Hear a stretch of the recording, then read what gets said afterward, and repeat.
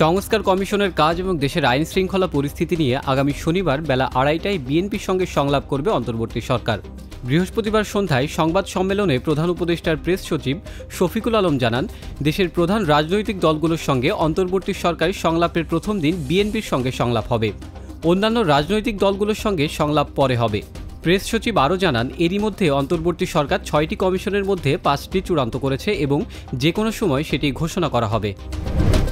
আয়নাঘর নামে পরিচিত আইনশৃঙ্খলা বাহিনীর গোপন বন্দিশালার সন্ধান পেয়েছে তদন্ত কমিশন। তারা বলছে, বিগত আওয়ামী লীগ সরকারের সময়ে গুমের ঘটনা তদন্তে গঠিত কমিশনের কার্যক্রম শুরুর 13 কর্মদিবসে 400 অভিযোগ জমা পড়েছে। এর মধ্যে 75 জন সশরীরে এসে তাদের বিবৃতি দিয়েছেন। বৃহস্পতিবার দুপুরে সংবাদ সম্মেলনে কমিশনের সভাপতি অবসরপ্রাপ্ত বিচারপতি মইনুল ইসলাম চৌধুরী বলেন, সবচেয়ে বেশি গুমের অভিযোগ এসেছে র্যাব, ডিজিএফআই, ডিবি ও সিটিটিসির বিরুদ্ধে। তিনি জানান, গত 25 সেপ্টেম্বর কমিশন ডিজিএফআই এর আয়নাঘর পরিদর্শন করেছে। 13 দফা দাবিতে মহাসড়ক অবরোধ করে বিক্ষোভ করেছেন রেডিয়ান্স ও আইরিশ গার্মেন্টসের শ্রমিকরা। তারা ঢাকা-টাঙ্গাইল মহাসড়কের জিরানি এলাকায় অবরোধ করেন। এতে বেশ কিছু সময় যান চলাচল বন্ধ হয়ে যায়। তবে সেনাবাহিনী ও শিল্প পুলিশ তাদেরকে মহাসড়ক থেকে সরিয়ে দিলে যান চলাচল স্বাভাবিক হয়। এদিকে শিল্পাঞ্চল, সাভার, আশুলিয়া ও ধামরাই এলাকার পরিস্থিতি ভালো হচ্ছে। বৃহস্পতিবার সকাল থেকে কাজে যোগ দিয়েছেন শ্রমিকরা। তবে শ্রম আইনে বন্ধ রয়েছে 5টি পোশাক কারখানা আর সাধারণ ছুটিতে বন্ধ 11টি।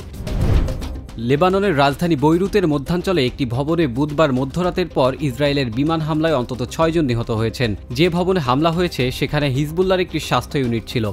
হামলার পর বহুতল ভবনটিতে আগুন ধরে যায়। এদিকে হিজবুল্লাহ নেতা হাসান নাসরুল্লাহকে হত্যার প্রতিশোধ নিতে ইসরায়েলে অন্তত 180টি ক্ষেপণাস্ত্র নিক্ষেপ করে তেহরান। বদলা হিসেবে ইরানে যে কোনো সময় বড় হামলার হুঁশিয়ারি দিয়েছেন ইসরায়েলের সেনাবাহিনীর মুখপাত্র ডেলিয়েন হাগারি। ভিডিও বার্তায় তিনি বলেছেন, তেহরানকে দ্রুত সময়ের মধ্যে এর পরিণতি ভোগ করতে হবে। প্রথমবার বিশ্বকাপ খেলতে আসা স্কটল্যান্ডকে 16 রানে হারিয়েছে বাংলাদেশ। আগে ব্যাট করে স্কটল্যান্ডকে 120 রানের লক্ষ্য দিয়েছিল নিগার সুলতানার দল, যেখানে বাংলাদেশের হয়ে সর্বোচ্চ 38 বলে 36 রান করেন সুবহানা মুস্তারি। জবাব দিতে নেমে নির্ধারিত ওভারে 7 উইকেট হারিয়ে 103 রান তুলতে পারে স্কটল্যান্ড। এতে 16 রানের জয় পায় বাংলাদেশ। স্কটল্যান্ডের হয়ে সারা ব্রাইস অপরাজিত থাকেন 49 রানে। 4 ওভার বল করে 15 রানে 2 উইকেট নিয়ে ম্যাচ সেরা হন ঋতুমণি।